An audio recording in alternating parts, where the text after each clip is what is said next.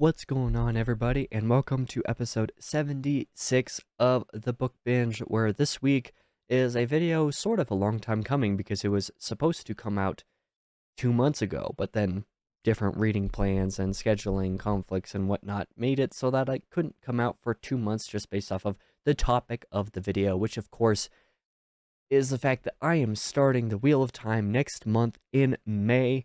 What am I looking forward to, and what am I expecting from the series? Like I said, this video was supposed to come out at the end of February because I was planning to start it in March, but then because of reading plans and conflicts and whatnot, and the fact that I would have very much liked to finish The Count of Monte Cristo before, you know, before starting this series so that it wouldn't be given the War and Peace treatment of taking half of the entire year to get through, I decided to hard focus on that in March to get it essentially done instead of starting this as early as I would have liked to. So now, this video is coming out in the back half of April, talking about the fact that in approximately 1 to 2 weeks' time, I finally begin the behemoth that is Robert Jordan's The Wheel of Time, partially Brandon Sanderson's The Wheel of Time. But that is the plan. Like I said, it has been sort of a long time coming. If not for The Dark Tower and Sun Eater in 2022 and early 2023, I may have begun this journey a little bit earlier, although just as I mentioned, Count of Monte Cristo and wanting to finish that is largely to blame for this being postponed at least a couple additional months. Let's start off with my sort of history, per se, with The Wheel of Time. I can't remember the specifics, but I remember first seeing the mass market paperback versions of the original covers of the series. So this cover and then all of the other covers that you can see on the top shelf up there, like just kind of poking out a little bit in frame. I remember seeing mass markets for all these books at my high school library several years ago. And just kind of a side note, I hear tons of crap for these covers that they're always, like people consider them to be so bad or so inaccurate. I don't know if they're inaccurate, and if they're inaccurate, it's fine. But I hear a lot of people criticizing even the art style and whatnot. But to me, I've always been transfixed by them. So over the years, I've always wanted to read them, even though I was too intimidated by such a large number of chunks that these things are, especially back in high school for sure. But I was actually separated essentially from reading for a few years, and I did forget entirely about this series' existence.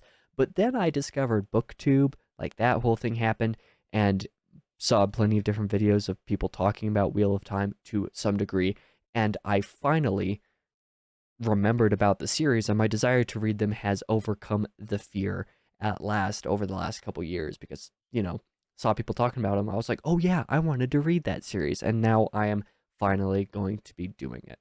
What do I expect and hope to get out of this experience? Now, over the last couple years of seeing a lot of other people's reactions and seeing different people's videos talking about the good and the bad of the series, reviews of the series, spoiler-free tier lists, and a whole bunch of other stuff along these lines, I've had my expectations kind of tempered for different aspects of the series, which I think is going to help me going into it. If I was expecting for all 15 of these books to be amazing, that's likely not what I'm going to get just based off of everything that I've heard. I expect to enjoy a fun and epic journey in my first true foray into epic fantasy after Lord of the Rings. I did read Lord of the Rings a little over a year ago at this point. It's probably more like a year and a half ago at the point that you're seeing this video, to be honest. The only other fantasy that I've really read in the time since then has been like stuff that isn't really what you associate with epic fantasy at this point. Even like The Dark Tower, which I've read, which can be considered a fantasy series, is nothing like this type of fantasy. I don't expect to love the series in full, or even to necessarily love any of the books, although I will say I hope to if I have my expectations in check, and this is what I try to do with every book I read, mind you. If I keep my expectations in check and just be like, okay, I hope to enjoy this book, we'll see what happens, I tend to enjoy books a lot more than plenty of other people do because I'm not expecting to enjoy them a lot most of the time. I figure if I go in with low technical expectations, especially for books 7 through 10, where a lot of the so-called slog comes into play, I feel like I'll be more likely to outright enjoy or even love much about the series. Obviously I'll have to actually read them to know for sure, but that's kind of the hope of how things will happen. most importantly, I am excited to cross such a big bucket list item thing off of my list because this has been a series that I've been interested in reading for a long time just because of the covers. So now that I know a little bit more about it, I'm excited to have a little bit of. I'm excited to finally be getting into it.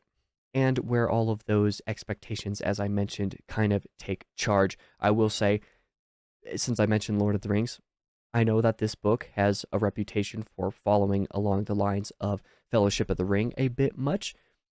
Okay, that's cool. I'm expecting that. I know that I have plenty of expectations for some of the material that comes in the back half of the series. I know about the slog, so I'm not going to expect to go into the slog books per se, and expecting them to be amazing. I'm not going to go in expecting that I'll hate them because then I'm more likely to hate them, but I will go into them being like, okay, well, if I don't like this as much or if this is a bit slow, I know what I was getting into. If I have my expectations set for that kind of thing, I feel like I'm more likely to enjoy it than I am to dislike it. So, in a way, even though it has been a long time coming for me to start read the series, my time being able to experience other people's experiences with it has, like I said, tempered my expectations in certain ways, which I think will ultimately be a good thing.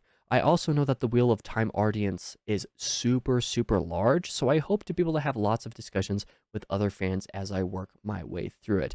This is one of those series that's like, no matter how many people have read it, no matter how popular it is, no matter how big it is, it feels like there's always somebody reading it for the first time. For every person that finishes it, there's somebody new starting it. For every person that DNFs the series, there's somebody new starting it in their place. So for me, it just feels like a really great series to just be able to get into for discussion purposes because it's one of the biggest in that regard. Now, on my schedule and sort of goals with the series, my intention is to move through the series at about one book every 2 months or so. I don't actually plan to read a book every single month because these are really big books and I don't want to overcrowd or I don't want to overcrowd my TBR so much that I'm not reading anything besides Wheel of Time and my monthly classics, and that's it. Like, I would like to be able to have a month in between where I can more or less fit in other stuff, get in other mood reads, get in other secondary series, even read other fantasy like Faithful and the Fallen, which I also plan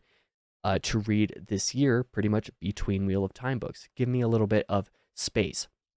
Another reason why I plan to separate my reads a little bit closer to one book every 2 months rather than one book every month is also to give myself space so that if I don't enjoy, say, book 7 as much, I have a couple months before I have to get into book 8, and I'm more likely to avoid burnout, let's say. That's really the reason why I'm going to make this thing draw out so long, where this series would take, between a year and a year and a half if I read a book a month. It's going to take closer to 2.5 years reading a book every 2 months, which is a really long time for a series to drawn out. But like I said, the main thing is for this to be a long-term, slow-paced read to avoid burnout, and so that I can go through and theoretically enjoy the whole thing without feeling as stressed about, like, okay, I just barely finished this book this month. Now I need to read the next book next month, because I did that with Dark Tower and Sun Eater, and while that worked for those series that were, only 7 months for each of them, doing that for one that would take 15 months, yeah, that's a bit much for one series. So my primary goal essentially is to just get through the entire series to begin with and avoid burnout. Like I said, my pace is certainly reflecting that. If there's anybody else who hasn't read these books yet, who wants to, and who's watching this video, and is cool with a slower pace like that, one book every 2 months, or maybe a book a month where the shorter ones are concerned, depending on how I feel, but most likely a book every 2 months, consider joining along with me if you're up for it, or if you're somebody who's been wanting to do a reread and, you want to be a sort of Wheel of Time vet to help me through the series, I'd greatly appreciate that as well. So basically, coming to the end of this video, I am really hyped for Wheel of Time and super ready to be starting it here in a couple weeks. I hope to enjoy myself through the journey, and I can't wait to share it with my viewers, even if some of them are likely very apathetic about the series, but we'll kind of see. If you'd be interested in spoiler talks, and especially if you'd be interested in having spoiler talks with me as potential additional content for my channel over the year or two I spend with the series, please let me know below.